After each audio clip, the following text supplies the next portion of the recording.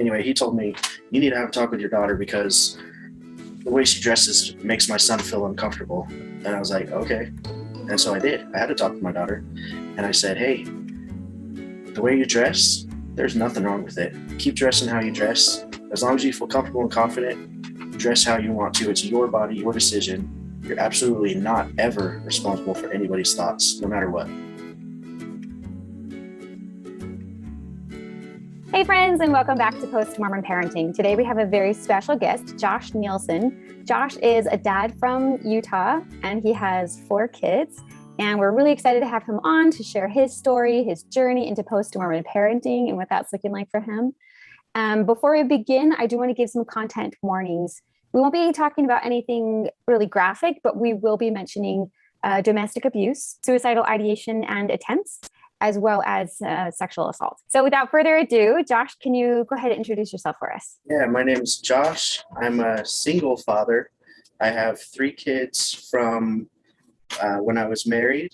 They are 14 years old, a girl, a 12-year-old girl, an 8-year-old boy. And then after I got divorced, I got in another relationship and had a girl from that one. And she's 3 years old right now, and I have sole custody of her. So I'm a full-time single father.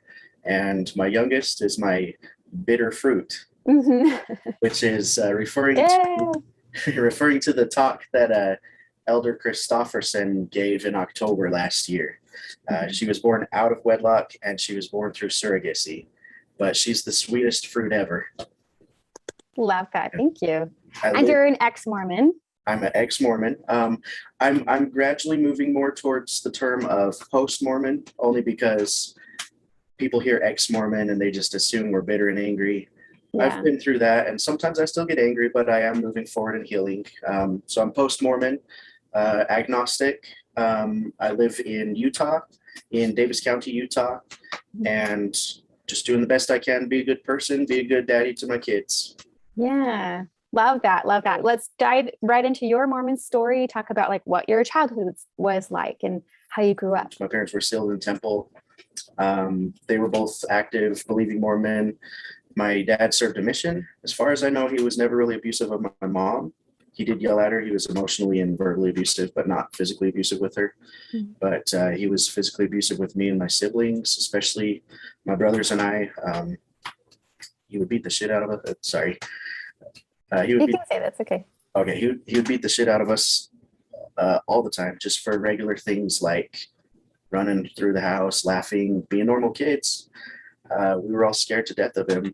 We couldn't really be ourselves around him because we were all so scared. I had a lot of negative experience with family dinners. I never enjoyed family dinners either because he was always there.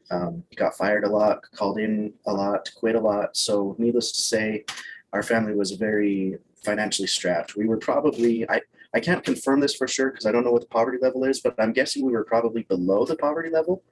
For the first 7 years of my life, we lived in a trailer, manufactured home, mobile home. I had to share a room with all 3 of my brothers, so I didn't have a whole lot of privacy. My sister shared a room, and then my mom and dad shared the 3rd bedroom, just this tiny little manufactured home for the first 7 years of my life. We went to the DI a lot, Deseret Industries, for those that don't know what the DI is. Mm-hmm. It's basically a thrift store owned and operated by the church. It's a good program. It's definitely a good program, but as a kid, it's embarrassing to have to get all our clothes from the DI and never having nice new stuff, always having secondhand hand-me-downs. Also, we went to the Bishop Storehouse. For those that don't know what that is, it's like a grocery store where you can get all the essentials, meat, milk, cheese, all the staples, some extra things, ice cream, stuff like that. You can get toilet paper, bathroom items, but it's all for free because it's paid for by assistance from the church. I'm not sure if it's paid for with tithing or fast offerings, but that's a good program too. It helps out people that are financially struggling. Mm-hmm. And we had to go there a lot throughout my childhood. So I've come to really love the Deseret Industries beef stew. That was one of my favorite things there. It was delicious. But I know exactly what you're talking about. Yeah, it's good stuff. Yeah. Also super embarrassing though, whenever we had friends over and they go to get a snack or whatever, and they open our pantry and they see Deseret on all the stuff. Yeah. Like that. And Yeah, so that was kind of embarrassing, but it definitely helped us get through some rough times. Hmm. And along the line of that financial stuff, there were a few times where we had Christmases where we had Secret Santa. Somebody in the ward would come and bring us a whole bunch of presents, and we didn't know who it was. So that was awesome. That's so One sweet. one of the great things about being in the church. The church does a lot of good, a lot of harm, but a lot of good. Yes. One of the great things is there were nice people in the ward that did help us out where they could. As far as my relationship with my parents, so me and my kids, or me and my siblings, we all were pretty reliant on our mom for the most part because our dad was always gone with work. I mean, even though he quit a lot of jobs, for a while he was a truck driver, so he was out over the road driving for a while. There were probably times where he was gone overnight. I honestly don't remember him being around a whole lot when I was a kid, but when he was home, it was miserable. And I hated when he was home because he was super abusive. I Hmm. would always ask my mom, when is dad going to be home? And that was so, it wasn't because I was excited. It was so that I could make plans to be gone or be busy in my room or something so that I wouldn't have to be around him. Hmm. Uh, and we were always happy whenever he was gone at work or whatever. It seemed like he hated us, really. So, needless to say, I never felt any love from him. I was Hmm. terrified of him. I was living in fear, scared to death of him. And because I didn't know, I mean, I knew what he was capable of, but could have, like, I didn't know what his limit was. One incident that I'll never forget, this was very hurtful to me. I'm over it, but I still remember it. When I was 10 years old, I used to like to tinker with stuff. I would take stuff apart, see how it works. And I took a radio, I took it apart, put the speakers on two separate sides of the rooms so that my brothers on that side, I still had to share a room with my brothers. This was in a different house, but still had to share a room. My brothers were on that side, I was on this side. I put speakers on two separate sides so we could listen to music at the same time. My dad came home from work. He saw the speakers, he saw the wires, he started ripping the wires down, and he starts pounding on me with his fists. And while he's pounding on me, he's saying, "You're so stupid. Why do you do stupid things like this? Why do you got to do stupid things like this? You're such an idiot. You're really stupid." All while he's pounding on me with his fists. So verbal abuse, psychological abuse, physical abuse. And yeah, that's just the tip of the iceberg. There's a lot more that happened, a lot worse than that. No, none of the neighbors knew. Nobody at church knew. He was great at hiding things though. So at church, he seemed like a normal good guy. So, can you tell us a little bit about how that translated to your church life? Like, what was church like for you as a kid? What was it like for your family? Did your dad hold callings in the church? Anything like that? The church teaches that families are forever, Mhm. and you go to church, and for the most part, you see happy families. Everyone seems so happy and loving. You see kids sitting next to their dad, giving them hugs. Everyone seems so happy at church, and for me, it was hurtful to see all the happy families at church because how my family was. Like, we were not a happy family by any means. I did not enjoy going to church at all as a kid. It wasn't a safe place for me because I had all the abuse at home, but my dad went to church with us, so it's Mm. not like I could get an escape from him. And at church he acted like a different person. However, there were times at church where he would like whisper under his breath and chastise us even at church. And I'm pretty sure we even got some spankings and things at church too, like in classrooms or in the bathroom or whatever. Because of the financial stuff, we moved around a lot. Like, I went to at least 4 or 5 different schools. So needless to say, I didn't have many close friends outside of church or even in church for that matter. Um, my dad, he served several leadership callings. He was a Sunday school teacher at one point. He was in the high priest group. He was called to be in the bishopric. He was a ward clerk. So it's like, where the hell is the power of discernment there? Mhm. That was a that's really a shelf item for me. I didn't think about it at the time because I was just a kid. But looking back, it's really weird that none of the bishops or stake presidents or anyone ever had any idea what kind of person he is, and that the abuse went on for so long Mhm. until I was 15 years old.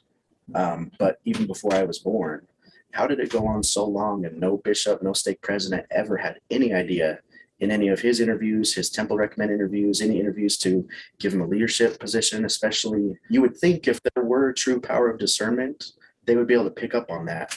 Mhm. Maybe God would tell him this person has problems, he needs help. that ever happened. Yeah. And for anyone in the audience who's wondering what we're talking about, the power of discernment is supposed to be one of the spiritual gifts given by the Holy Ghost. And it's supposed to be extra strong with men who are in priesthood leadership positions, Right. especially when they are interviewing members one-on-one, which happens all the time. Every member gets interviewed regularly. That male priesthood leader is supposed to be able to have the spirit of discernment to understand, like, is this person lying to me? Are they trying to cover up something? I hear what they're saying, but like, what is the spirit telling me about them? And so it just goes to show, like, it's complete bunk. It's not really a gift that really exists, at least not among them. Right. And the bishops are told, I've even had bishops tell me this themselves. Bishops are told that they are the judge in Israel. Uh-huh. What kind of judge lets someone like that pass through the system for so long? Right. So that was definitely a shelf item for me. Mm-hmm. So as far as church, I did not enjoy church ever because it was not an escape. It was not spiritual. We had to just try to put on the appearance of being a good, happy, functional family, even though we had so much dysfunction. Even on Sundays, right after church, we would come home from church and he would want to take a nap, and he would make all of us have quiet time. And there were several times we got beat with the belt because we woke him up from his nap. Mm-hmm. So even on Sunday, like every day of the week that when he was home, when he wasn't at work, he was just super abusive. We were all terrified of him. With scouts, there was a overnight thing, a father-son overnight thing. And my own dad didn't make himself available for just a one night, not even a week scout camp, just one overnighter. He wouldn't make himself available for just one of those. So this was when I was 10 or 11 years old. My scout leader at the time, who incidentally has the same first name as my own dad, he took me to the overnighter because he didn't have any sons that were old enough to go at the time. He went with me as my stand-in father, and I had a hell of a better time with my scout leader as my stand-in father than I would have had with my real dad. So that was good. awesome. Once in a while, I had a few good adults in the church that I could look up to that did help me feel important. And I desperately needed that because my own dad was horrible. He's a monster. Right. Yeah. That's so nice. I think I hear a lot about people who have a rough home life, and my home life was kind of rough too, not nearly as much as yours, but church, was often a safe haven. We had mentors there, we had community there, we had friends there. And so that's good that you were at least able to get like that help from the church, not only financially with food, but also with like that scout leader, and every now and then a really good Sunday school teacher or maybe young men leader that is like really helpful and impactful. And like you said, there's so much harm that the church does, and there's some good there too. So right. Definitely recognize that. Looking back, I realized that I never felt love from so-called God, from Heavenly Father, Sky Daddy. I like to call him Sky Daddy. Never felt any love from him. Like everyone says they're excited to go to heaven or the afterlife or whatever. They're excited to be with God, to feel God's love, to be in his presence. Mm-hmm. None of that was ever appealing to me. I never felt any love from him. In fact, most of the time I felt abandoned. I felt like he wasn't even there. And my motive for being good, it was never to want to get to heaven, to be in the presence of God. It was only to avoid going to hell. So I was living in fear. I was trying my best to be good out of fear of going to hell. I hear the word God and I just think it's some entity that's there, and I got to be careful not to piss him off. Got to be careful to do my best. Like the smallest little mistake is going to make it so that I could go to hell. Mm-hmm. And heaven never seemed exciting to me. I'm like, if I get there, I get there. That's cool. I just don't want to go to hell. I was so terrified of going to hell. Mm-hmm. I'm not perfect by any means, but as a kid, I was doing the best I could.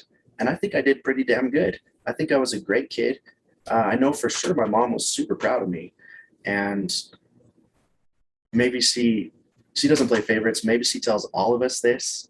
There was definitely some point where she told me I was her favorite kid. Or her best. My mom definitely does that. Yeah, I followed all the rules, did what was expected of me. By the way, I never felt happiness with any of this. It was always stress, always a constant feeling of not being good enough, no matter how hard I try. One of my bishops in the interview was like, well, there's not only sins of commission, there's also sins of omission.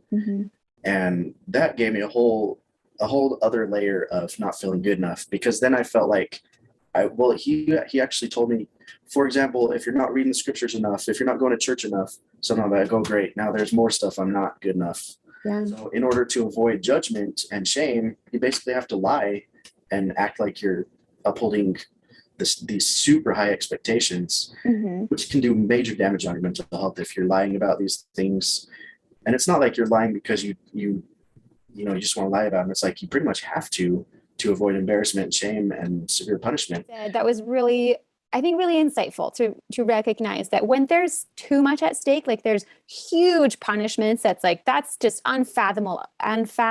I cannot face that. So I'm going to have to lie my way out of this. It reminds me of that old saying that strict parents raise good liars. When you're overly strict and you have like really harsh punishments in place, kids are just going to learn how to be better liars. And I've seen it, in people that I know close to me. They got to be really, really good at lying. So that's another good takeaway for us in post-Mormon parenting, is remembering these lessons, that like those things that the church did to us or shamed us into, we don't want to be perpetuating that with our kids. We don't want to be shaming our kids into good behavior. We don't want to be beating our kids into good behavior. We don't want to be giving them the fear of hell in order for them to have good behavior. And we definitely don't want to have so many punishments or be too strict or have things that are too harsh, and that just makes them to be really good at lying to us. So all good lessons to keep in mind. Thank you for that. Next question. So up until now, we've pretty much covered your life from childhood till your teenage years. Walk us through a little bit, like right after high school graduation. Right after high school, I took a year of some computer classes at the Applied Technical College here in Utah. They do offer associate's degree there, but it's not a regular university. It's where you go at your own pace. And at this point, I was inactive at church. Like I was hardly ever going to church. Now that my dad was out of the picture, I never had to go to church anymore. My mom was okay with me. She was disappointed. It was obvious she was super disappointed and heartbroken, but she never made me go to church. I still was expected to go to seminary, but I didn't go to church. Something that was really interesting, kind of a shelf item, not a negative shelf item, but still a shelf item, makes you wonder. When I played in a band, right after high school for only 6 months, but it was really cool. I got to actually be myself, have fun, playing guitar for a band. That was super fun. We played 5 shows in 6 months, so we went at it hard and fast. Wow. And all the members of my band, they were all Baptist. I don't know what denomination of Baptist, but they all went to the same church here in Utah. And we would have our band practice in the basement of their church. So that was weird to me. It was cool, but it was weird, the idea of playing heavy metal and hard rock music in the basement of a church. One time on the way to band practice, the bass player was talking about the Old Testament, and he said something about, man, that Old Testament God was a mean son of a bitch. I thought that was super blasphemous. I didn't say anything. I thought it was funny, but I thought it was also super blasphemous. I started hanging out with this girl at work, and like the first or second time we hung out, she was like wanting to make out with me. We were making out and stuff, and she made it obvious that she wanted to have sex. And so we were doing the heavy petting, and she did the oral sex, and she was pressuring me. And deep inside, I was holding on to the belief that I should not have sex until marriage. And in my mind, I'm thinking, I need to quit. I need to not do this. I need to not allow this to happen.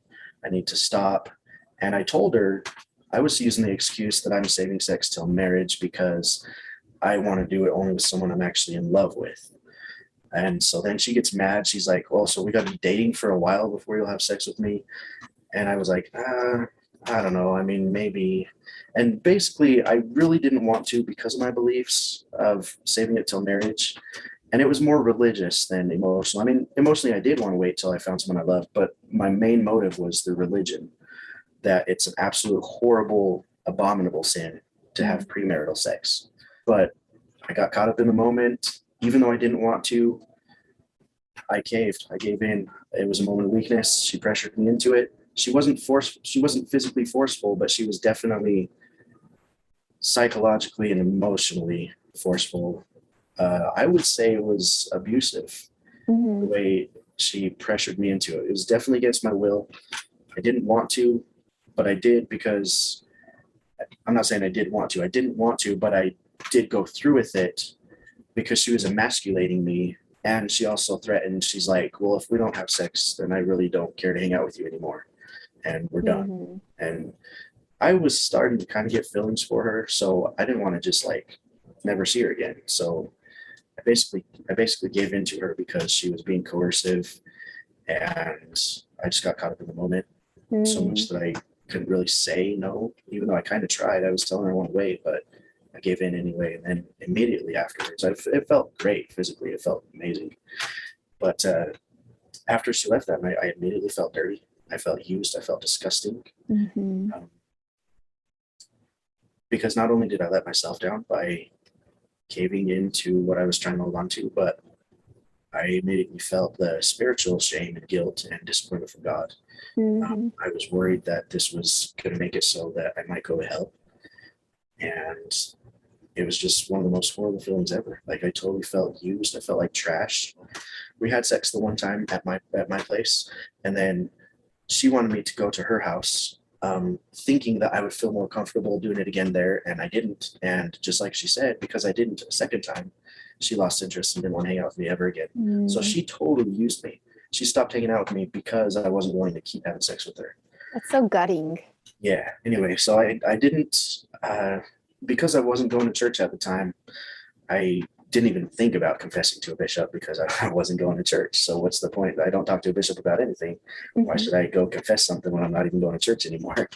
Uh, but I mean, I didn't talk to anybody about it. Couldn't talk to my closest brother. Couldn't talk to my mom. There was really nobody I could talk to about it because I was so embarrassed and ashamed. And so it was hard. It was really hard to deal with Mm-hmm. emotionally and psychologically. Even though I didn't care about the church much, even though I wasn't going to church, deep down inside I felt like I had damned myself to hell. God was disappointed in me. There was no chance of me going to heaven for this. That's so understandable. Unfortunately, you didn't have a safe person to talk to about it because that safe person could have maybe helped you understand like this wasn't enthusiastic consent in any way. This was coercion. Yeah, And so it's not something that you just like voluntarily wanted to do and did. It makes a big difference. right, And if you'd been able to have a safe person to talk to, you might have been able to get a lot of that guilt off of your chest and not have to carry that around for so long like you did.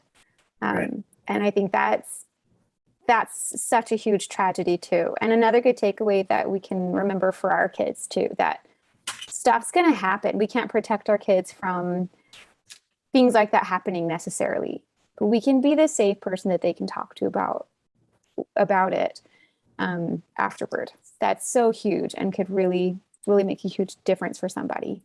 right. So thank you for sharing that. That's really hard. It's really rough. Thank you. Yeah, and I'm sorry for the church's teachings in that too. That made you feel so much worse. Yeah, Just like so much salt in the wound, so much insult to injury, making you feel so much worse about something that happened that really you were coerced into that you didn't even want to have happen. So, right. yeah.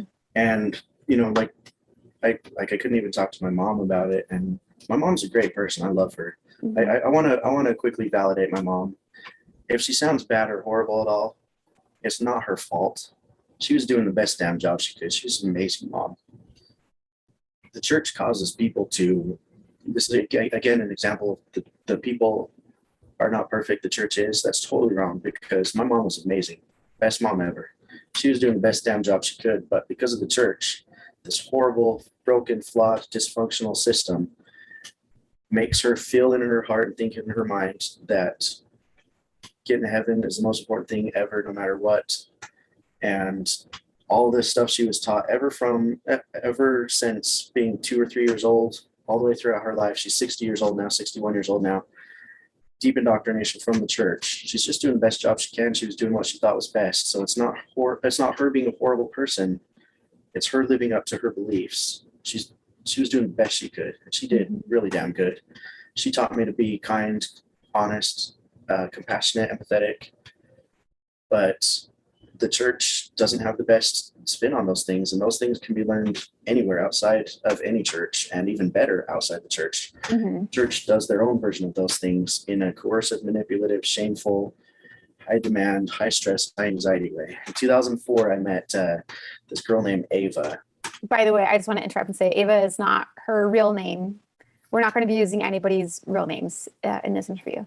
So I met her after she graduated. Back in the day of using MSN Messenger and AOL AIM chat. Yes, those were the days. Yeah.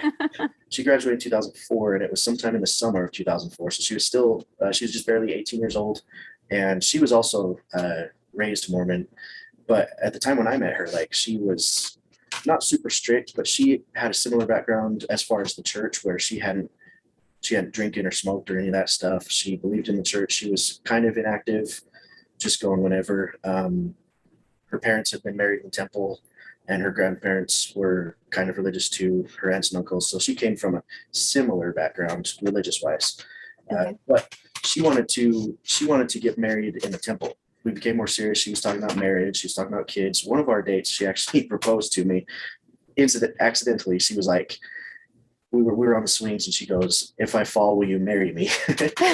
She meant to say catch me, but she said marry, because she was thinking about marriage. A little Freudian slip. Yeah, because the church teaches get married, have kids, become a mom, and do that as soon as possible when you're young. She was 18. She was already a ticking time bomb, right, according to the church. She was also okay with me not going on a mission, because her older brother hadn't gone on a mission. Her older brother was inactive from the church too. So we were dating, we became more serious. We got engaged on New Year's Eve 2004.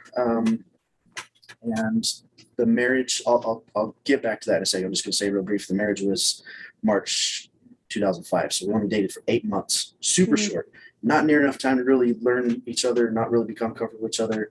It's super unhealthy not to live with somebody before you get married, and also not to explore them at least a little bit, to learn what their sexuality is like. And that's stuff you can't do if you're in the church. You're not allowed to live with someone you're not married to. You're supposed to be a virgin until you get married. So it's like, how the hell are you supposed to figure out each other sexually, and even seeing if you can even stand living with each other? Yeah. So that's something the church is doing totally wrong. They need to change that. I've really come a long way with that myself too. I'm so just on the same page as you. I think I used to believe, because I was told over and over that if you live together with somebody, no, that's going to ruin your relationship, because so many people start living together and then they break up, and that's going to absolutely sabotage your relationship. You can't do that. You have to just go straight to getting married. You have to go from barely knowing this person, like knowing them as much as you can in a very short amount of time, because you don't want to risk anything happening and not being worthy to go to the temple, right? Right. So you have to get to know this person as much as you can in a very short amount of time, and then just like take this gamble that maybe everything will just work out. Like President Spencer W. Kimball said, any righteous young woman and righteous young man can make it work if they're both committed, Yeah. Which is just like, yeah, sure. They can make it work. They can force it. They can work every single day and have a really hard time and a really hard relationship. Yeah. Or you can find someone that you're actually really compatible with by having informed consent, by educating yourself about what life might be like with this person. Are you really compatible? You get all the education you can about it, and then you can really make an informed decision. Anyway, yeah. So sorry, there's my rant. I think that's going to be something that I do differently with my kids also. Encouraging them to like maybe live with this person first before you commit your life and to raise kids with this person. Yeah. You're not just going to go buy a car right away. You got to do a test drive first. Good point. So we were dating. We started to become serious. She wanted to get married in the temple. I didn't care whether or not I was going to get married in the temple. But it's what she wanted, so I knew I had to. So I had to start going back to church. I had to start becoming active, paying tithing, reading scriptures, going to church again, doing all the things. When I first started dating her, because I was inactive at church so long, and because of not going on a mission, I was only a teacher in priesthood quorum. So it's not like when you turn 16, you don't instantly become a priest. You have to actually be ordained a priest. No, I was a priest at that time, but I wasn't an elder. So there's two priesthoods, just real quick for those that don't know. There's the Aaronic priesthood, which is the lesser priesthood. where you're allowed to do things with the sacrament. You're allowed to go collect money from people doing fast offerings. You're even allowed to baptize as a priest in the Aaronic priesthood. And then there's the higher priesthood, which is the Melchizedek priesthood. That's the one where you're allowed to do more ordinance work, like confirming the Holy Ghost, administering blessings to people, all that kinds of stuff. And it's what's required when you go through the temple, which is also required for serving a mission. So normally, if I had gone on a mission, I would have been an elder at that point. I would have received the Melchizedek priesthood, but I didn't. So when I met Ava, I was just Aaronic priesthood, and I was just a priest, even though I was like 20 or 21 at this point. So that was probably embarrassing for her. But anyway, to get married in the temple, I knew I had to become an elder. So I had to have someone who's already an elder with the Melchizedek priesthood do a blessing to ordain the Melchizedek priesthood to me and make me elder. So my brother did that. And one thing that was really kind of weird with that specific event, Ava was there with me. It was Ava, my brother, and like a stake president, I think. And we just did it in one of the rooms at one of the stake conference centers after stake conference. Right after the blessing, the stake president, he's like, well, what do you think, Ava? You got yourself a nice new elder here, or something along those lines. He was basically putting me on a pedestal for being an elder. And it was super uncomfortable to me, super uncomfortable, because I have never, ever, ever felt like I had any kind of authority or power, even with the priesthood. I never thought I was better than anybody. The church is super patriarchal. Maybe that's another reason I had a problem with fitting in, was because I viewed women and girls as equal. The priesthood is not better than the Relief Society and the Young Women's and all that stuff. No. They need to be equal. I have always felt this way, especially even more so now. Maybe I'm a feminist at heart, but it was super weird to me to hear him say that and praise me and put me on a pedestal. And it was super uncomfortable to me. I hated that he said that. It was just so weird. So I was ordained an elder, and we had to start taking temple prep classes. They call them temple prep classes, but they don't prepare you for shit. No. Not way. I would hope that someone out there has a better one than I had. But as far as I know, none of them tell you all the weird ritual stuff. And it is ritualistic, all the weird ritualistic stuff you do. Yeah. You put on certain clothes that look really weird. And if any of this is too sacred for your viewers, you can edit this out. Too sacred, secret. The hat. Yeah, no, I think just like there are certain things that we promised to never reveal. Yeah. And maybe those are things that we can leave out in order to be sensitive to the viewers. But no, like the clothing, we never promised to never reveal what the clothing was, why we wore it, what we did with it, where we went, what we talked about there, things that we said. Like we never promised to not reveal those things. So you're free to go. Go ahead. Okay. So there's a hat that the guys wear. It's like round and stiff on the top. It looks like a baker's hat. It looks like a baker when you're wearing it. There's this weird. It looks pretty silly. Yeah, there's this weird gown type thing. It's called a robe, and like it goes over your shoulder, kind of like a toga. But you're not naked under this. You're wearing white clothes, white shirt, white pants, white tie, white socks, white shoes. Everything's got to be white and so pure. Yes. And there's the robe thing that's like a toga, and you have to switch from one shoulder to the other at some point during the endowments. It's super uncomfortable and weird and really high anxiety and stressful for me. The baker's hat with a little thing that attaches, a little strap that attaches from the hat to the shoulder. There's a green apron, which is super fucking weird. On all this white stuff, you're wearing a bright green apron. That's just the guys. The girls are wearing like this gown thing, I think, and a veil. They used to have to keep a veil over their face. Not no more. During part of it, yeah, we'd have to put the veil. Now all the women in the room will veil their faces, and so put the veils over our faces. Which, by the way, it's hot and stuffy under all that polyester synthetic stuff. Like, there were a couple of times I was like, I hope this is over soon because I might pass out. And it's super unflattering. Like, it's creepy. None of the men are handsome. None of the women are beautiful. We all look like a bunch of freaks. We all look like a bunch of freaks in the temple clothes. And this stuff should have been talked about in the temple prep class because it's weird. For me, it didn't traumatize me. It didn't scare the hell out of me, but it does for a lot of people. It makes a lot of people never, ever want to do it ever again. Right. So this is stuff they need to start divulging in the temple prep classes. I mean, I'm fine if they don't, because I'm fine if people go and have this traumatic experience and be like, I'm never going there again, and maybe this church isn't what I thought it was. Like, Yeah, well, I'm fine with that happening. That's fine with me too. But I mean, as far as people that want to stay in the church, Yeah. so here's the thing: this is informed consent. If you have all the Yes. information on the table, all the information on the table, you can make a good informed decision. Informed consent, full informed consent. Well, they don't tell you about any of the weird ritualistic things that you do in there. That once you do those things, not everybody, but most people feel like, yeah, this is really weird. This is really cult-like. Am I really not in a cult? I don't know. I'm not sure. That's how a lot of people feel after doing it. None of that was mentioned in my temple prep classes. All I was told was, you're going to see a lot of things that are really mind-blowing. There's going to be a lot of symbolism. So it's going to be really strange and mind-blowing. I mean, it was. It was, but not in the way you think it would be. That was super, super, super understatement, way putting it lightly. That was no prep at all. And I was not told about any covenants I would be making.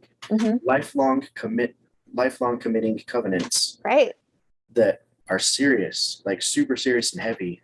I talk about them lightly because I don't believe in it anymore. But for those that do believe, it's like a matter of life and death. Some of those covenants, and they affect your afterlife after you die. They affect eternity. Anyway, moving forward, we did go through with the endowments. We did our endowments the day before our actual wedding, our sealing. The endowment, I kind of talked briefly about this earlier. It was super weird. Men and women on separate sided rooms. You watch a movie about certain things, and you get threatened by Lucifer, Satan, the devil is in the movie, and he looks right at the camera. If you do not walk uprightly before these covenants, you will be in my power, or something like that. Yeah. Basically threatening you're going to be under his power if you don't uphold your covenants. So they're totally using fear-mongering tactics, manipulation, coercion. I just want to add the language, the liturgy of the temple endowment ceremony has changed over the years. And so a lot of people might come here and say, I just went to the temple for the first time and it wasn't that bad, Well, there's a reason it's not quite so bad today as it used to be. Yeah, and it has changed over the years. It's gotten more tolerable, but it's still pretty bad. Yeah, in my opinion. One brief thing: getting married in the temple, I kind of felt like it was my moment of redemption, redeeming myself for not having served a mission. Because I know everyone was disappointed in me and my family. Like they say, we love you no matter what, we'll support you no matter what. But that's sweet. They're just words. That's just lip service. I could feel the disappointment and the judgment for not going on a mission. So by choosing to go through the temple, which I was only doing for Ava, I didn't want to. I didn't give a shit about going to the temple. I didn't. Like I said, I just didn't want to go to hell. I didn't care about getting to heaven. I just didn't want to go to hell. But I was willing to get married in the temple because that's what Ava wanted. Just going through the motions, doing what was expected. Same recurring theme. I had carried the guilt and the shame and embarrassment, dirty, used and abused feelings, all that from losing my virginity when I was 19.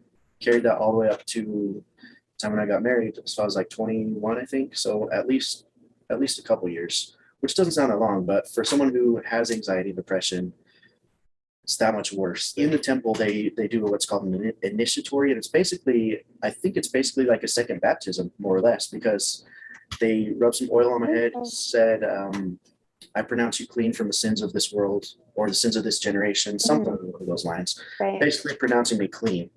At that very moment, I actually felt forgiven by God. I felt like I really was clean. So that was beautiful in that moment. I actually felt redemption for a moment. So that was nice. It was a little bit of a relief. Did our sealing the next day. The sealing is the wedding, but it's not anything like the kind of wedding that's in real life. There's no walking down the aisle. There's no saying vows to each other. There's nothing romantic at all. It's zero romance. I don't even remember hearing the word love at all. Maybe they said it, but I don't think they did. No. So I remember sitting there the day of our sealing, sitting there with her, and I was anxious. It didn't feel really spiritual and special to me. Like I was excited to finally get to marry her, but I did not feel spiritual at all. And I was wearing the weird baker hat and the robe and the green apron. So no tuxedo. I looked horribly frumpy. She was wearing her weird gown and veil, and we're sitting there. We go in, we do our thing. I don't even remember everything they said, so I don't even remember what I covenanted to. But I just said yes because I was going through the motions and I just wanted to be with her. And I start bawling not because the spirit was not the spirit. Because I didn't feel anything spiritual. I literally didn't. I just felt super happy, super excited, and I'm an emotional guy. When I get really emotional or sensitive, I start bawling. That's why I was sitting there bawling. Everyone in the room's looking at me thinking, oh man, he's really feeling the spirit. This is awesome. It's just elevated emotion. That's all it was. Right. I was just super happy to be there with this girl that I loved at the time. Before our kids were born, Ava and I, one thing that neither of us had checked off, because you know how in the church it's just a list of checkbox items. One thing neither of us ever checked off was getting our patriarchal blessings. So mine wasn't super important to me in a good way. I just remember certain things with it that are shelf items, so to say. It was either when we were engaged or shortly after getting married. It's probably while we were engaged, because I imagine they would have wanted us to get those before going to the temple. But Yeah. in any case, it was before the kids were born, and we went together on the same day. For those that don't know what it is, it's pretty much like a fortune telling, to put it lightly. They tell you what to expect in the rest of life, who you're going to marry, a little bit about maybe whether or not having kids. It'll say what your lineage is. It tells you your strengths and what you need to improve on. Is that pretty much what it is? Yeah, I mean, it'll tell you. So there are 12 tribes of Israel is what it is. Yeah. And so it'll tell you which tribe your lineage comes from, whether you are biologically from that lineage or maybe you have been adopted into that lineage, which, I mean, it really doesn't mean anything. I remember like spending so much time trying to understand, like, what does it mean that I'm from the tribe of Ephraim and not Manasseh or not another one? Like, it doesn't really mean anything. I think it means like you're going to be a missionary and do missionary work. I didn't know the guy. He was some old guy. They always are. It's always like someone 70 or older. Yeah, they're called the patriarch for your stake or your geographical area. Is another, in my opinion, is another sexist thing. But yeah, the whole church, it's all about patriarchy and misogyny. It's a good old boys club is all it is. Yes. So anyway, it's this older guy who I didn't know him. He didn't know me. We're strangers. Somehow he could tell my future. And this actually showed, again, the lack of spirit of discernment or power of discernment, whatever you want to call it.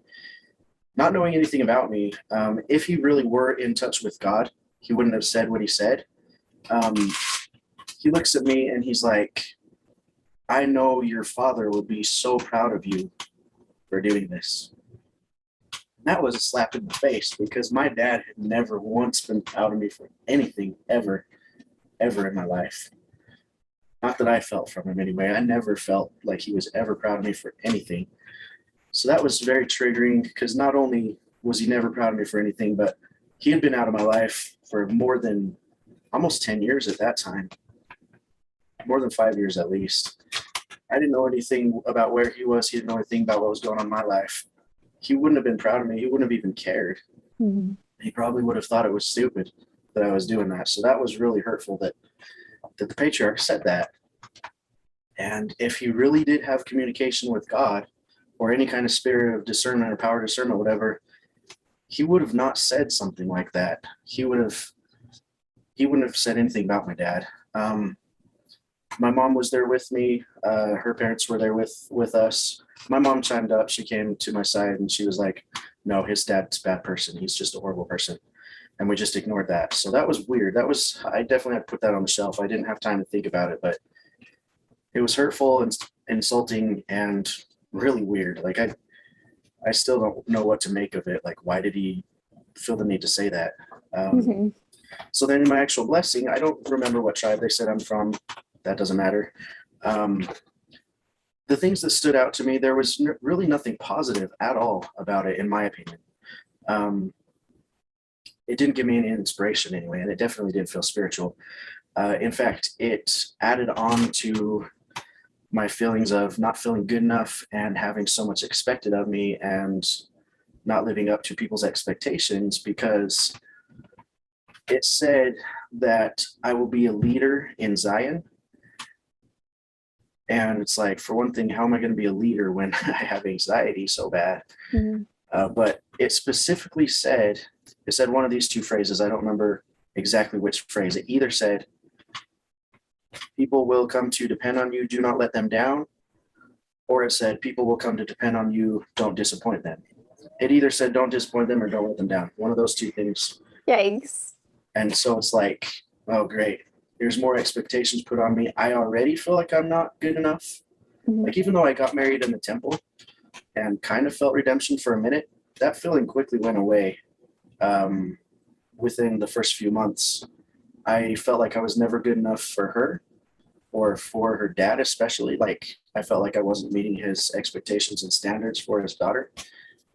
Being around other men in the ward, I felt like they were these spiritual giants. I've always felt so inferior and just out of place, not good enough. And then this spiritual thing that's supposed to be amazing and inspiring and in most cases brings peace to people, it just gave me more anxiety, and it exacerbated my depression because I knew I wasn't going to be able to meet the expectations stated in that. And it made me feel like I'm really not doing good enough at this point in my life. Mm-hmm. So I got married in the temple. I still was on that perpetual hamster wheel of unworthiness. Mm-hmm. And honestly, like, I wasn't really doing anything bad at that point in my life. I just probably wasn't doing good enough because I didn't have some high calling in the church. I wasn't actively engaged in my callings. I hadn't served a mission, and this was coming back to bite me in the ass, actually. Like, even though I got married in the temple, people would always ask, hey, so where'd you serve a mission? Oh, I didn't go on one. And so there's the instant guilt and shame and judgment with that. Mm-hmm. So that was the patriarchal blessing experience. Not inspirational, no peace given to me at all, just more shame, more guilt, more anxiety, more depressed feelings, feeling like I'm unworthy and not good enough. Which you'd think that if this blessing was really coming from God, then God would know what you needed to hear, right? And what would have been helpful to you, what would have helped ease your anxiety and boost your self-confidence and your feeling of competency. Our first year of marriage, before we had kids, we were given the calling of nursery leaders, which I actually enjoyed it. I did, because it was cool being around all the kids, seeing them play, and they're innocent and naive. They get to be themselves because they don't have the pressure and guilt and everything put on them that we get as we grow up in the church. So it was just fun and sweet seeing these sweet little kids play. I loved it. Also, I loved it because I didn't have to go listen to boring lessons in Sunday school. Like in the church, the men are taught that they're supposed to be the providers for the family. I mean, society teaches that, but especially in the church, because in the church, the women are told they are really supposed to stay home and be mothers, take care of kids, be homemakers. So I felt super extra stress and expectation trying to be a provider for Ava and I and our future family. And I wasn't making a lot of money at the time because not going to college. And so I didn't have a really high income career. She basically went from riches to rags with marrying me because her family was well to do. And I was just like, I still am blue collar and didn't make a lot of money. And so she was the baby of her family where she was handed everything, had all the expectations and everything. Then marrying me, I couldn't provide all that to her. So there started to be some resentment. She had to work for a while before we had our first daughter because I just wasn't making enough money. Like, I was working full time and even some overtime, but I just wasn't making enough money. And so she had to work a little bit, and she was resenting me for that. She started becoming hateful and abusive. And our first daughter was born in 2007. Our second daughter was born in 2009. I'm just going to kind of gloss over the details here because I don't want to spend a whole lot of time on it. But she was not only verbally and psychologically abusive, but also physically. She would hit me, throw things at me, just like my dad. It was like childhood all over again. Wow. With the person that I thought that loved me and cared about me. And she was super abusive, like almost as bad as my dad was. And I couldn't fight back. I mean, I could have, but I was always taught never, ever to be violent or physical with girls ever, unless life depends on it. So I never did fight back. I just took it. After my second daughter was born, my second daughter was born in 2009. it was either late 2009 or 2010. There was one night where I was just so tired of the abuse, the physical abuse, the verbal and emotional too, but even the physical, like it hurt physically, but also made me feel super emasculated. Her family, I don't think they knew the extent of how abusive she was, but they knew a little bit, but they thought it was no big deal. And they would even kind of make fun of me for it. Like not directly, but one of her brother-in-laws said, well, if my wife smacks me on the butt and I love it, it's fun. And I'm like, that hurts, because it was not a sexual thing with me. It was anger, frustration, physical violence. It was not sexual or playful by any means. She Mm-hmm. was super abusive. That's all there is to it. Anyway, 2009 or 10, I don't remember for sure which year, but one of those years in December, we had a argument that started over money. I spent some money to buy a present for somebody at work because we were doing Secret Santa, and she got mad at me thinking I spent too much money.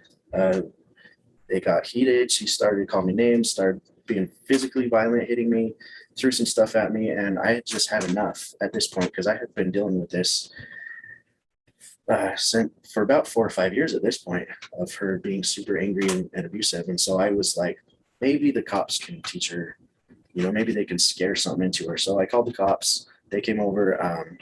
They talked to. They came over after all this had happened. I told them what happened. She confirmed it all. She didn't deny any of it. She's like, yeah, I did all that stuff. And they told me one of us has to leave. So I opted to leave because she was good with the kids. She was never abusive with the kids, luckily. They were young at this time, at this point, and this was before my son was born. So I was like, she should probably stay home with the kids, take care of them. They need her. So I went and stayed at my mom's house for a week. And I thought they were just going to talk to her, scare her, teach her a lesson by scaring her. But they gave me the option to press charges, and they were kind of giving me the idea that I really should. Otherwise, it might just get worse. So I did. I opted to press charges. She got charged with domestic violence because it was in front of the kids. All this stuff that happened was in front of the kids. So she got charged with domestic violence, and she had to take an anger management course and pay a fine of like $500 or $600, which bit me in the ass because I was the sole income provider, so I paid for it. Yikes. Things got better for like just a few months after I came back. And by the way, her dad knew about all this when it happened. Like he knew the night that the cops came over and all this stuff going on, and he still thinks his daughter is fine and doesn't have a problem and thinks that I'm overreacting. Wow. So much that he's concerned about money and had her take all of our money and move it into his account for protection. So I had no support from her family. My family was super supportive. I went and stayed at my mom's house for a week. She and I communicated over email. We finally got to a point where I believed she was going to be better. So I went back home after about a week. Things were better for a few months, but then they just went back to her old ways. And I just, from that point on, I never thought about calling the cops again because I didn't think she was going to change, and it would have just made things worse. She would have gotten in more legal trouble, which would have been a problem for me since she didn't have a job to pay the fines I had to pay. So it was pointless to call the cops. Wow. So I just had to deal with it. It got worse. It made it hard to go to church because we had to put on this front of being a happily married couple. Of course. And also seeing all the other couples in sacrament meeting, arms around each other, holding hands, smiling, some even hugging, little kisses in the hallway and stuff. I wanted that. Going somewhere like that and then having all of that put in your face can be even more painful than what's happening at home. For anyone who's out there who's wondering, like, why don't people just go to church? Like, that's the best place for people to be. That's the best place for healing and understanding and growth. And you got to understand, sometimes being at church is more painful than whatever else you're going through in your life. And actually the opposite of being helpful. I wanted our marriage to last. I wanted a stable family life for our kids. I wanted a more peaceful home life. So I knew that maybe the only way we could get better is to seek out therapy or counseling or something. And so I did go to the bishop once. One good thing he did do is when I told him how severe the problems were, and I told him about me being a victim of not only emotional and psychological abuse, but especially physical abuse. When I had told him about the physical abuse too, he did offer to get the police involved. So that was really cool. Like bishops usually don't do that stuff. They usually they usually try to keep it under wraps, and they avoid at all costs getting law enforcement involved because that could bring a bad name to the church if it makes news. Absolutely. Mm-hmm. But he offered, and I declined though because I knew it would result in me paying her legal fees, and it would probably result in her wanting to divorce me. And the thing is, like, I guess I had Stockholm syndrome to some degree, because even though she treated me so horrible, treated me like shit, told me she hated me, I still cared about her and loved her at that point. I didn't want our marriage to end. And so I opted to not get the police involved because I knew she would probably divorce me if I did. But then she had mood swings. Like once in a while, it seemed like things were okay. It seemed like she loved me. It seemed like she did want to stay together. And I knew she wanted to at least stay together for the kids. I just kept hoping things would get better. And I just kept hoping and hoping and hoping and hoping and hoping and hoping and hoping. And they didn't. When I was talking to the bishop, he offered marriage counseling. But of course, he referred us to LDS Family Services. They were going to pay for it because money was tight. But so that was cool that he offered to pay for the counseling, the therapy. And it's helpful for some. It is helpful for some people, but not for many, because the ultimate goal of the therapists and counselors is stay in the church, keep believing in God. And we went to like at least 4 or 5 different counselors, not back to back, but like we would spend a few weeks, several sessions with one. Wasn't working out, we would try several sessions with another one, and nothing got better. They just kept telling us, pray together, read the scriptures together. One of them did this stupid thing about there's a triangle of husband, wife, God at the top. And the more you both work toward God, you'll come back together. That's bullshit. Like I said, the counselors, their goal is to bring you to God. And so they're under the mindset that any 2 people can stay together as long as they're both working to God. Like no matter what the incompatibility, sexually, romantically, emotionally, whatever, doesn't matter as long as they're both coming to God. That's not how it works. But that's what's in their mind. And one of our counselors was just rehashing that all the time and even quoting scriptures. And the questionnaire they gave us at the beginning of each session, we would mark, like it would ask about how things went during the week and how you feel about things. If you had any fights, arguments during the week, stuff like that. We filled it out every time, but like he never looked at it because he never went over anything on that questionnaire. So it wasn't getting better, but I kept holding on to hope. I was praying sometimes that our relationship would get better, but it only got worse. And it had gotten so bad that I had thought about suicide, and I even attempted it a few times. And I know it sounds horrible because I have kids that love me and depend on me, but when the person who's supposed to love you the most makes you feel so hated and takes you for granted and treats you like the scum of the earth, it's hard to want to live. And I had severe mental health problems that I still have. I'm on meds for them, better meds for them now, but with the depression and the anxiety and the way she was treating me every day, insulting me and criticizing me every single day, never making me feel loved, I felt like I had no place in this world and I just didn't want to live anymore. And it was to a point where even though I know I have kids that I need to take care of, I just was so damn miserable. So miserable. I felt like I couldn't go on.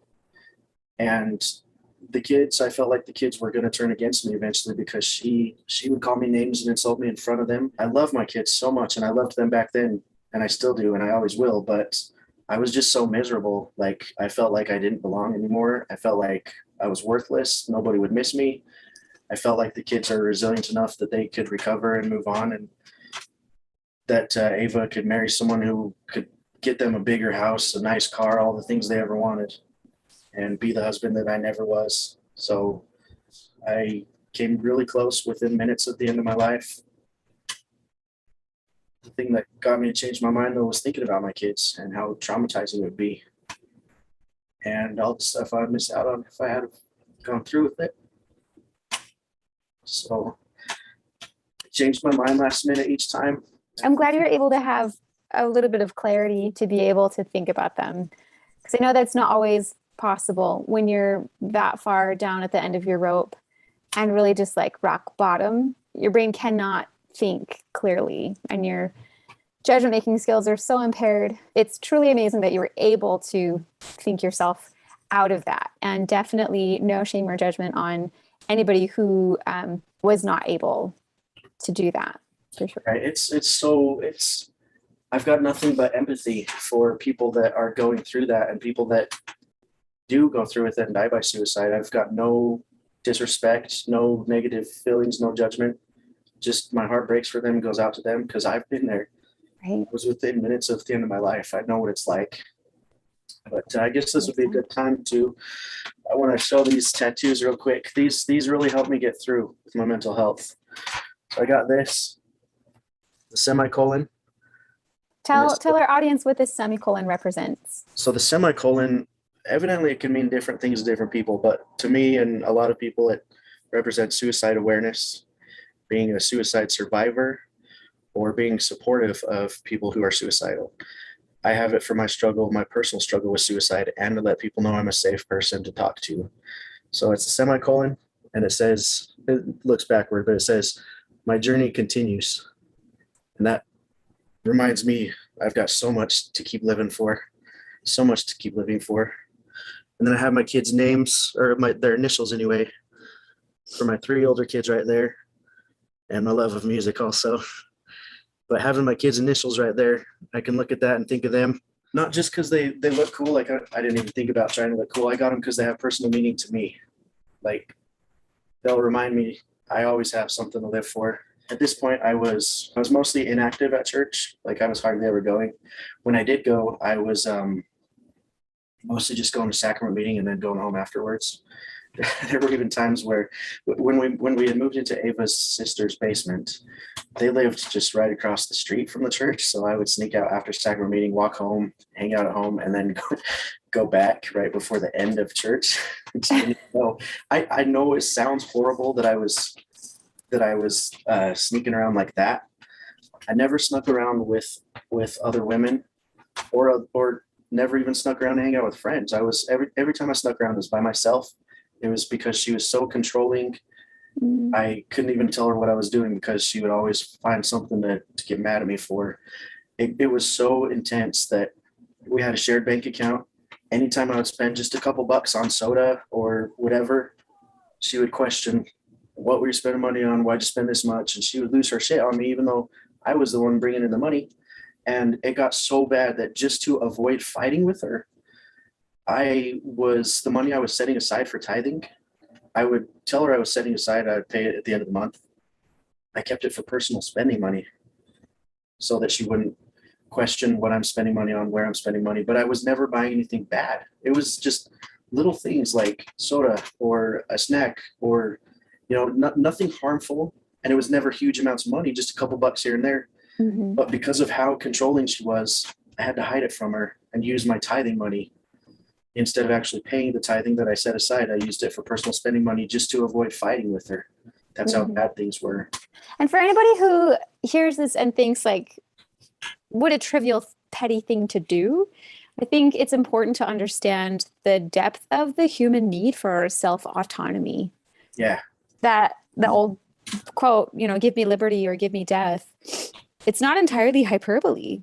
We as humans, like it's an actual need.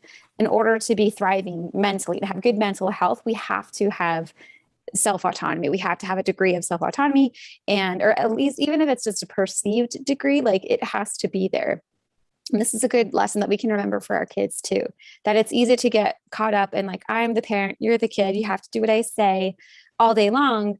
To remember how important it is for their mental health as well, to have some self-autonomy, to be able to have a little bit of spending cash, if that's one way, or a little bit of time where they get unstructured play or unstructured time, they get to do whatever they want with, or, however you can fit that into your life, giving your kids as much autonomy as you reasonably can, will do wonders for their mental health. And so, as Josh, as you're talking about just having some cash to do something with, it's not about the soda. It's not about the snacks. It comes down to that self-autonomy too. And then skipping out on church also, like you finally get to go and like walk around somewhere wherever, and it's all self-directed, and it's so huge, and that probably helps your mental health a lot, just doing those very little things. Yep. So very very understandable. Yeah.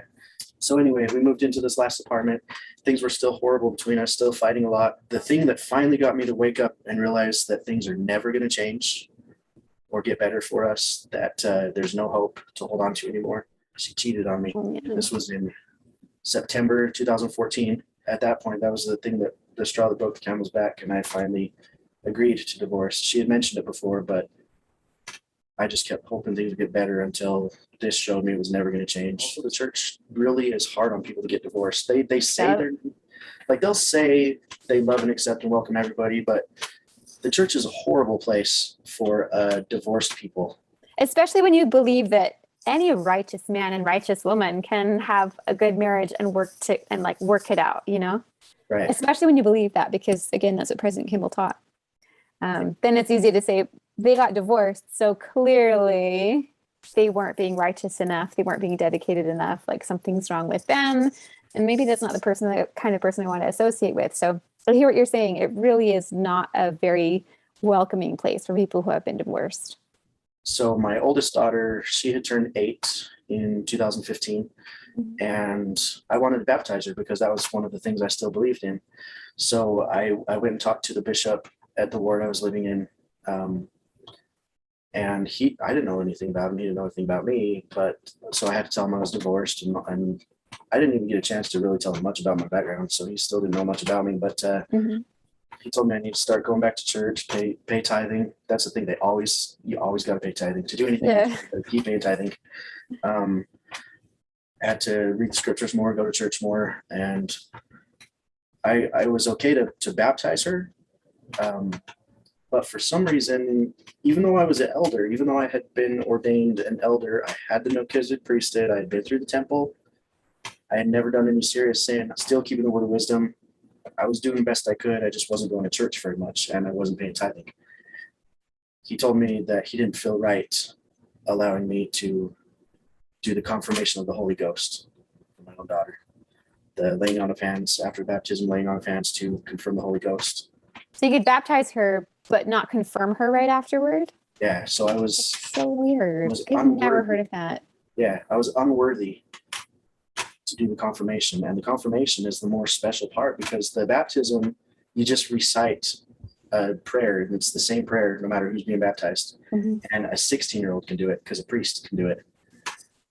The confirmation is the special part, because usually it's a father doing some amazing thing for their kid, and they get to make it personal and their own special touches to it. It's a really good bonding in it, and it would have been for me.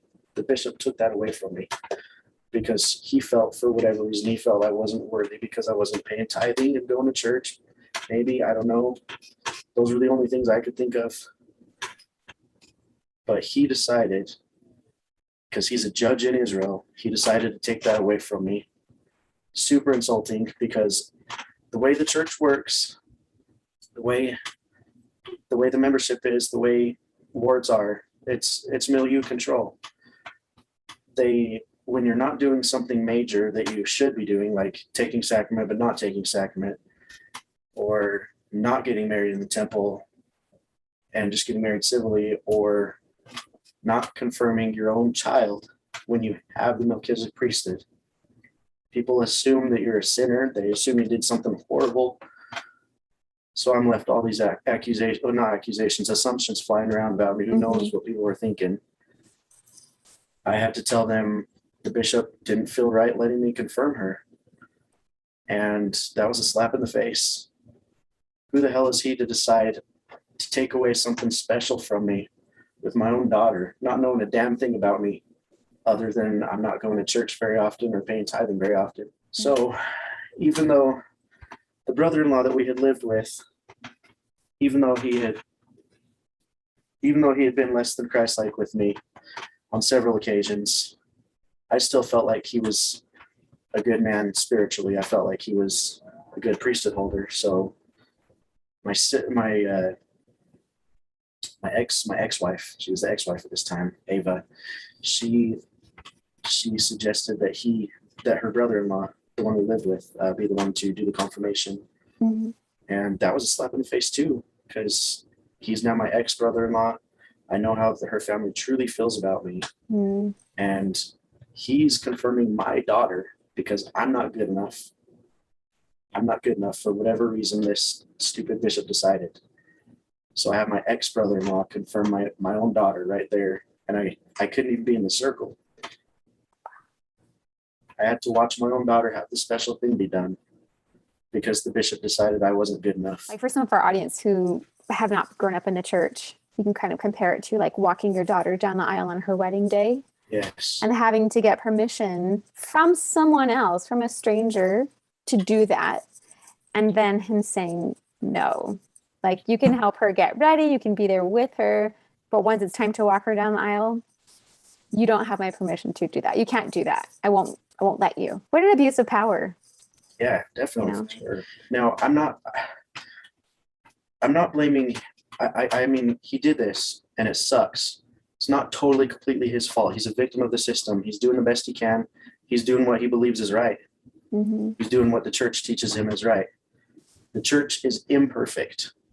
The people are doing the best they can to try to be perfect. The church is so horribly flawed and imperfect. Mm-hmm. So he was just doing what he believed was right. He wasn't trying to hurt me. He didn't realize how he hurt me. But it's not his fault. He's a victim too. I was a victim, but so is he. He's a victim of a fucked up system. Definitely. Yeah, well said. The church had not been a good place for me at any point in my life, ever. Mm-hmm. The honesty I learned, the compassion, the service, the kindness, all the good things I learned those while I was in the church, but you can learn those things outside the church. You can learn them without any religion at all. Those can be learned anywhere. The church does not own those things. All the good things the church does are not unique to the church, but most of the bad things the church does, like bishops' interviews with kids, Mm-hmm. most of the bad things in the church are unique to the church. Yeah, I think that's pretty accurate. So I just am realizing more and more that I'm to a point where the church is really not doing anything good in my life, that all it's doing is causing me to have continued stress and anxiety. Mm-hmm. I just, throughout my whole life, went through the motions, did what was expected of me. I was a lazy learner. That's what had kept me in it so long was... I like your shirt. Thank you. I never questioned anything that I was taught. I just believed it all. I never did my own research. I never studied outside of seminary or Sunday school or anything. So I really was a lazy learner. And that's what kept me in the church so long. Because if I had have questioned, oh boy, if I had have questioned the stuff I did find out later on by questioning, I would have left a long time ago. I still was keeping the word of wisdom at this point, but I did finally stop wearing the garments. And it was so liberating to not have to wear the garments anymore. Because they're super unflattering. Like they're terrible. For women especially, but even for men, like, especially with me with my body issues, like I never felt comfortable going outside without a shirt on. Like what's a lot of guys do that. There's nothing wrong with that, like Mm-hmm. outside without a shirt on, but I couldn't even do that because of my body issues. But then to have to wear these hideous, ugly, uncomfortable garments on top of me, make me feel like my body is dirty when I already felt that way. Yeah. Just your body is so shameful, you have to cover it up. Yeah, just perpetuated my body image issues that I already had. I didn't actively date around a whole lot.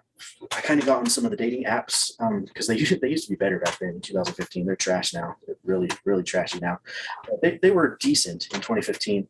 And I had met a girl on there. I'm just going to call her Claire. I met her on there. We get to chatting, talking, hanging out. We start hanging out. Things just naturally progress.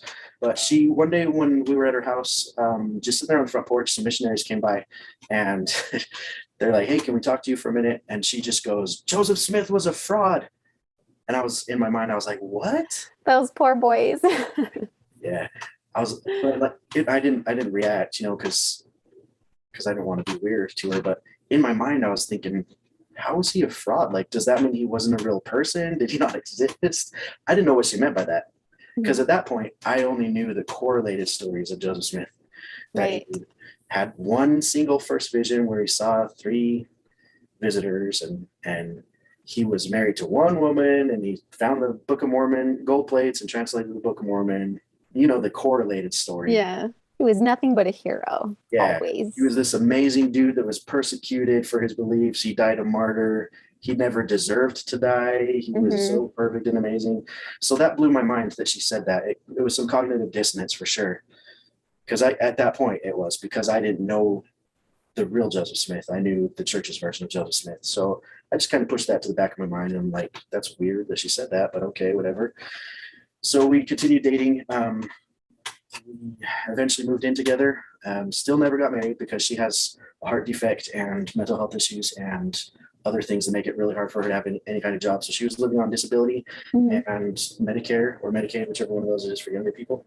And if we had gotten married, she would have lost those benefits and it would have been too expensive for me to take care of her without her income and have her on my insurance because of her health problems. She had to go to the hospital so much, even the ER a lot. She had several surgeries. Just been way too expensive to have her on my insurance. And so we just continued living in sin. We were living together and learning things about each other. Eventually, she met my older 3 kids. She became like a stepmom to them. They thought she was really strict and really harsh and cruel at first, and she kind of was. She really kind of was. She eventually softened up and became nicer to them, and they really developed a good relationship. We decided to. I was okay with just having the kids I already had, but she talked me into having another child with her because she wanted to have a baby together that we could raise from infancy instead of just her having these 3 stepkids, so to say. So I eventually came around. I was resisting it for a while because I knew it would be a financial strain. But I finally came around and I was okay with the idea of having one more baby with her because I thought we were going to be together forever. That was the plan. Like even though we weren't going to do temple marriage, obviously, I planned on staying with her the rest of my life. I loved her. I thought she loved me. It felt like she did, but in hindsight, I see that she used me just to become a mother figure for my older 3 kids and to try to become a mom with the new baby. She had her heart defects. Yeah, right. So she was born with a heart defect, so she couldn't have a child of her own. Yeah. So it was like we would either have to adopt or something, but we couldn't afford adoption. So one of our mutual friends offered one day, just out of the blue, offered to be a surrogate for us. So that was super cool. Oh, wow. Yeah. So what a big offer. Yeah. And like, what a huge offer. And she just offered to do it for free too. She didn't want compensation, nothing. And for anyone who doesn't know, the church really strongly discourages surrogacy. There's this whole idea that goes along with families can be together forever if and only if they're sealed to their parent. And that's done in one of 2 ways. Either they go through the ritual ceremony at the temple to be sealed to their families, or number 2, children are born in the covenant. So they're born to parents who are already sealed together. Having a surrogate mom, that really complicates the process. Yeah. And so I think the church will just wants to be like, we're not going to touch that. Just don't do it. On Halloween 2017, she gives us a call. We go over there and find out that she's pregnant, and so we're super excited. So my daughter was born on May 11th next year. She's, for those that have heard the bitter fruit, Todd Christofferson, he's a general authority or an apostle or something. He gave this horrible talk about children born outside of wedlock or to unwed mothers or anything like that. So my daughter was born out of wedlock because I was never married to Claire. I wasn't married to anybody. So she's a bitter fruit for that, and also because she's born through surrogacy. They frown on. So she's like super bitter. She's amazing. She is so amazing. It's like a cute little lemon now, huh? How could anyone call that bitter fruit? Oh, she's so cute. I love that picture too. So you've been playing guitar all these years, basically, right? Yeah. How long do you say? Like 20 years? Yeah. That's so awesome. Music has often been one of the things that gets me through the hardest times. Like even when I was gone from Ava that time when she got the domestic assault charge. music really helped me, especially during that time, helped me to feel a little bit of peace. So my daughter was born in 2018, and we had some Claire and I had some fights, and I was seeing a pattern that I again was a victim of abuse. It wasn't physical abuse this time, but it was severe, super severe psychological abuse, to the point where she was even gaslighting me. Like, I was starting to wonder, what the hell is wrong with me? Am I going insane? And so when my daughter was 11 months old, youngest one, the one that was the bitter fruit one, when she was 11 months old, Claire and I had a big fight. It started from her insulting my older three kids, showing that she really doesn't care about them much. I thought she did, but she didn't. And it just escalated. She decided she wanted to take a break. She went to her mom's house in Idaho. She took my daughter with her, but she was able to, because I forgot to mention, we had granted legal guardianship for Claire. Since we weren't married, she couldn't be like the stepmom or anything. She could just get legal guardianship.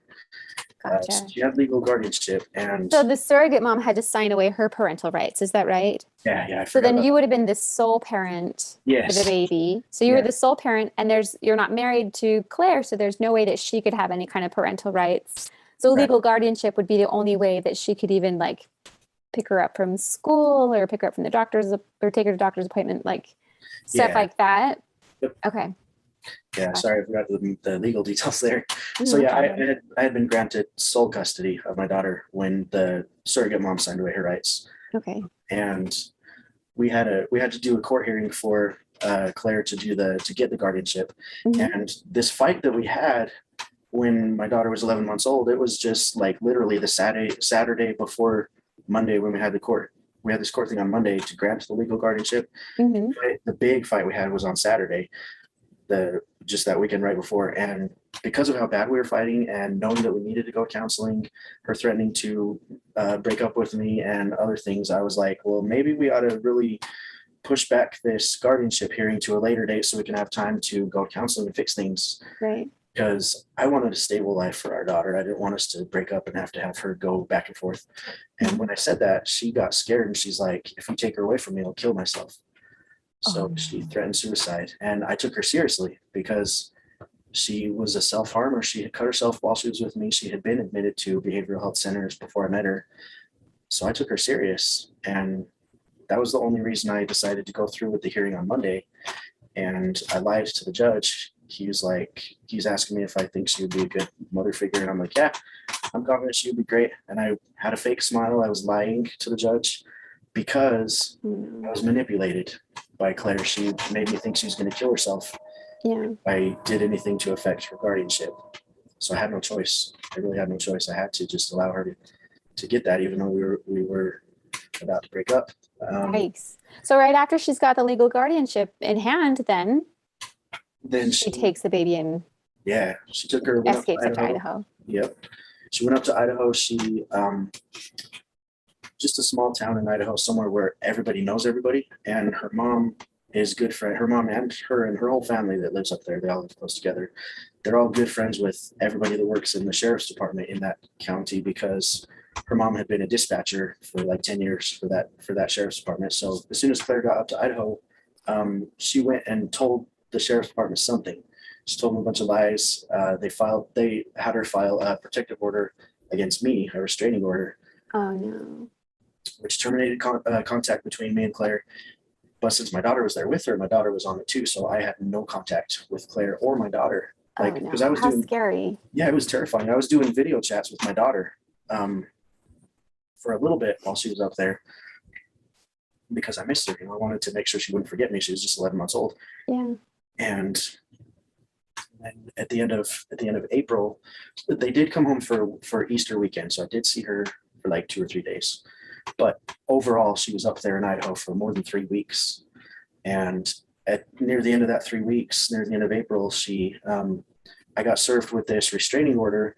And so I wasn't allowed to even do video calls with my daughter anymore.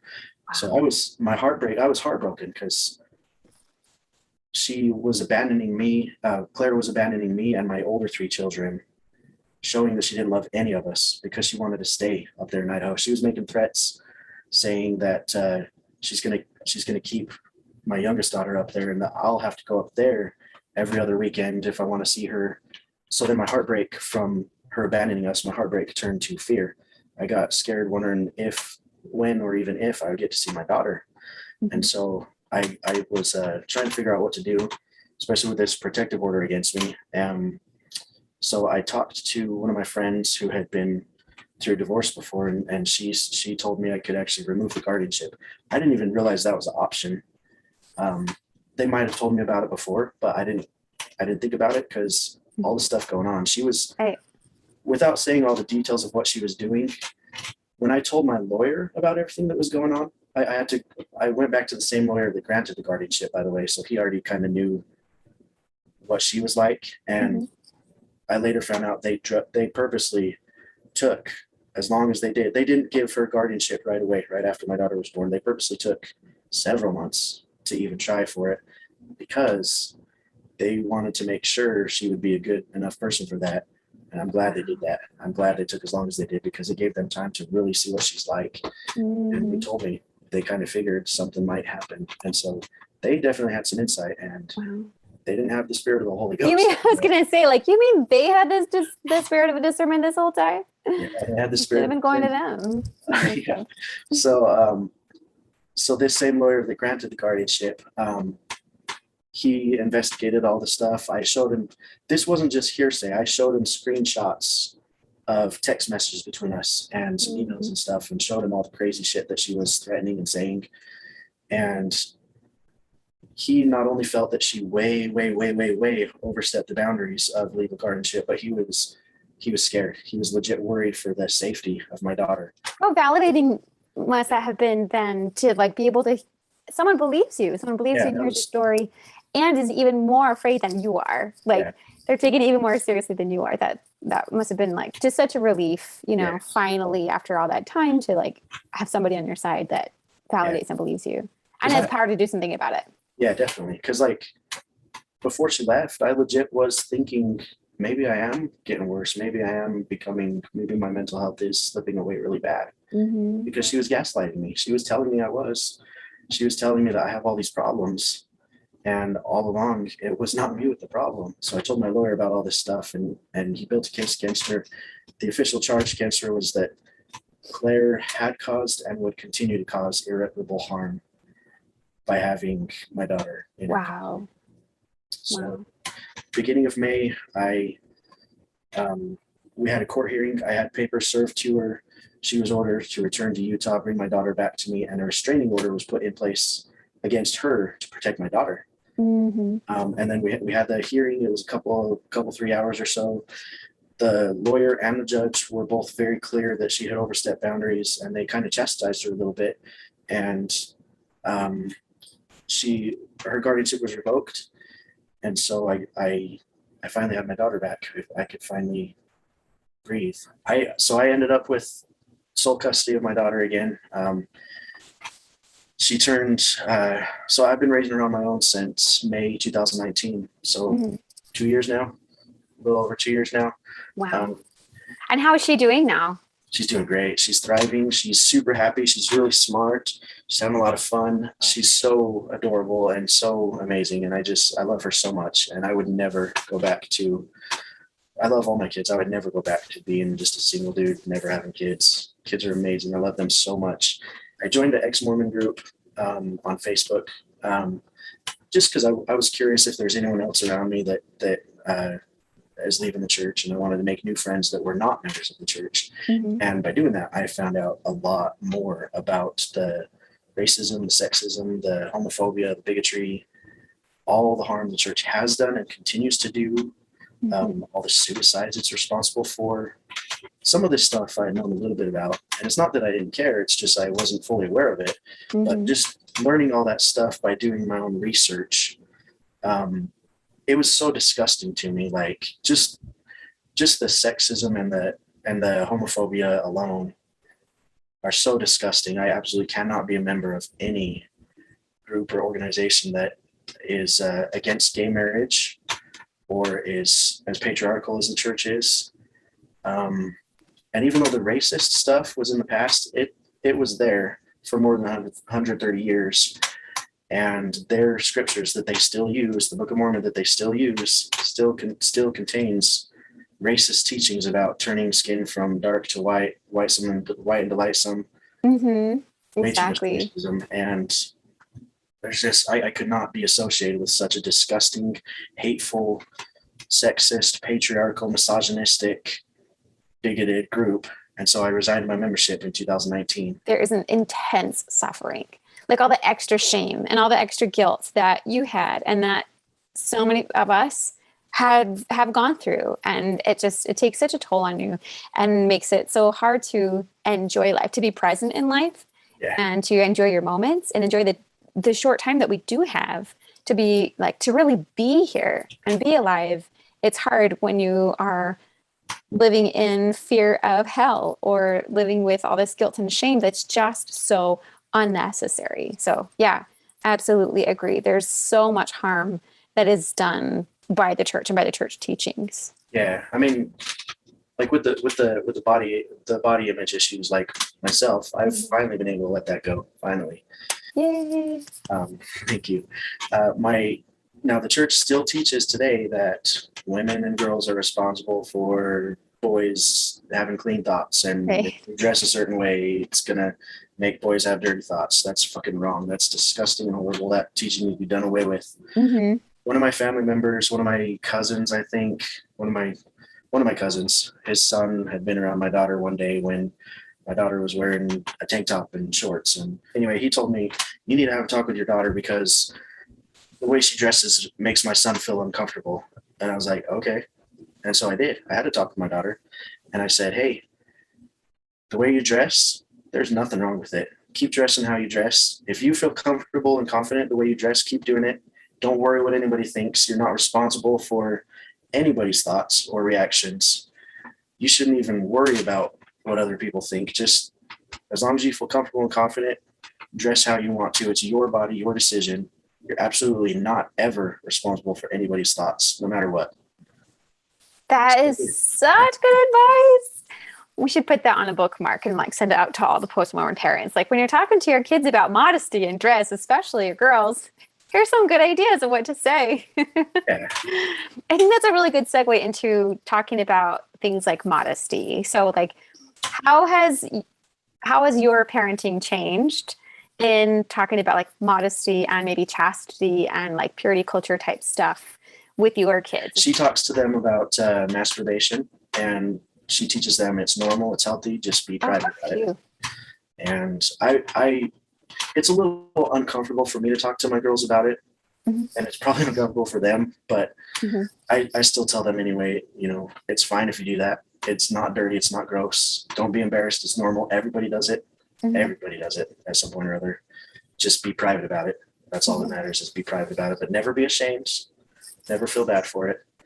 And in fact, I was talking to my oldest daughter recently, and I was telling her that sometimes you got to do that when you have the feelings and desires to have sex, and it's not always a good idea to just have sex. Sometimes you do that instead, and it's a healthier option. Definitely. I talk to them about boundaries, self-respect. I tell them sex is not bad, that it's not a horrible thing. It's a good thing. It's part of life. I tell them to try to save it till they are with somebody who is supportive. I tell them they don't have to wait till marriage. That's totally fine if they do before marriage, just to be responsible about it. Use birth control. Make sure to do everything you can to avoid STDs, STIs. But because they're still pretty young, they're only 14 and 12, I do tell them, please wait till you're older, but you don't have to wait till marriage. I tell them that. I'm not sure what Ava tells them as far as how old and all that, but I'm considering having them both get on birth control. I know that sounds horrible, having young girls get on birth control, but I figure it's better to have prevention in place so that if they do have sex, it's better to already have prevention in place. Mm-hmm. I'm open about it. I talk to them about it. Just romance and dating and things in general like that. I'm so far opposite of how my parents ever were. Even after my parents got divorced, I couldn't talk to my mom about any of that stuff. And just last week, my daughter broke up with her boyfriend, and I went and picked her up from work. I took her out for ice cream. We sat, we had a really good talk for like 3 hours. I just listened to her. I listened to her heartbreak. I listened to how she felt about it. I didn't judge her. I didn't chastise her. I didn't tell her how to do things differently. I gave her a little bit of advice when she was talking about how she could have done things differently. But the main thing is I just listened to her, and it was really a bonding moment for us. It was amazing. That's so huge. I'm so glad for you. I'm so glad you guys had those 3 hours together. Yeah, like I never had that for myself when I was a kid, and so I couldn't do that if I were a member of the church, because the church just teaches no, no, no, no, no, no, no. Right. But I encourage them to pursue their feelings, just be responsible about it. I've even told them. So here's another thing that resulted from me leaving the church. There's so much sexism and patriarchy and misogyny. It's disgusting. It's super harmful. And the way they treat LGBTQ people, no matter what they say about being loving and accepting, that's just not true, because they still do not allow same-gender couples to get married in the temple. Mm-hmm.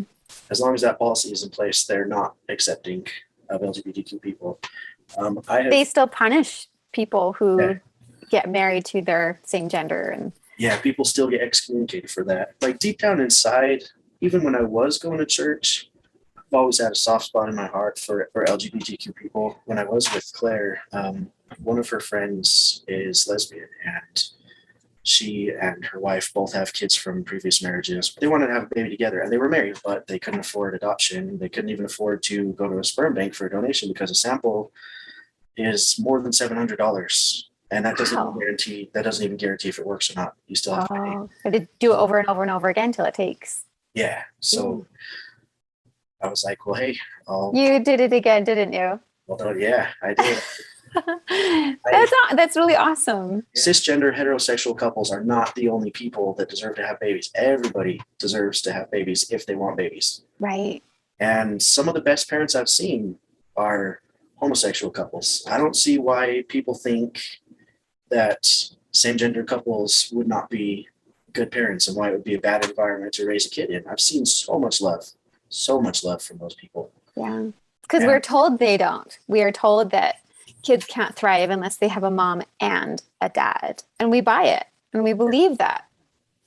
So, even though it has no basis in reality. Everybody deserves love. Everybody. And for anyone to say, no, you can't have love, you need to be celibate, or you need to marry someone of the opposite gender just to get back to God, that's not a God I would be interested in worshiping or living with. I've even talked to my girls about, I told them, I don't say when you find a husband, when you find a boyfriend. I tell them when you find a partner. It comes down to human rights, human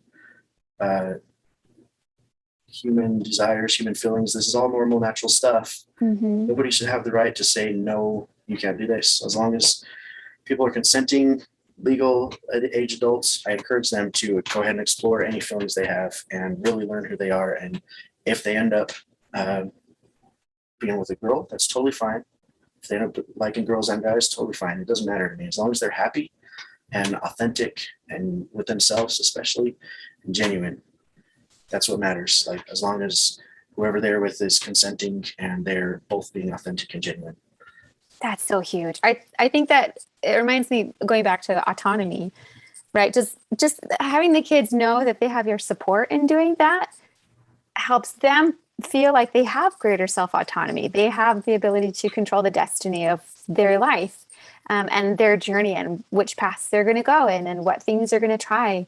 And that's so huge. And again, that's going to help their mental health be stronger. That's going to help them be able to, when we have really good mental health, we're able to think more clearly. We're able to have better judgment making skills. We're able to use our executive functioning so much better. Last year, my second daughter was dating a trans boy. One of my older family members was like, well, isn't it weird that your daughter's dating this trans boy?